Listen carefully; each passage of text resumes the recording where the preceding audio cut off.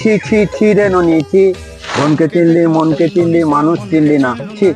সরস্বতী পুজোতেও দেখছি খালি এই গানটাই বাজছে। আচ্ছা দিন এলো। হ্যাঁ, এই আমাদের একটা কোনো গান পেলে হয়, তার 14 গোষ্ঠী উদ্ধার না করে ছাড়বে না। দেখছি সরস্বতী পুজোর প্রত্যেকটা প্যান্ডেলেই বাজে। ঠিক এ ও আশিস দা, এত চুপচাপ বসে কি ভাবছো কি গো? আজকে মানে খুব খুব একটা কনফিউশনে পড়ে গেছি, বুঝেছো? কিসের কনফিউশন গো? বলছি এবছরে দুদিন সরস্বতী পুজো পড়েছে। হ্যাঁ তা তো পড়েছে, দুদিনই তো পড়েছে।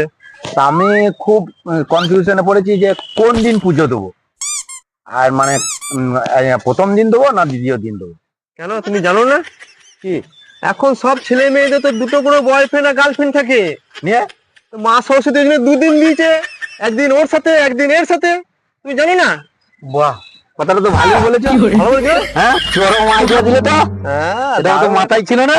দারুণ আইডিয়া লয়। হ্যাঁ, দুদিনই ঘুরবো, দুটো আলাদা আলাদা গার্লফ্রেন্ড নিয়ে ঘুরবো।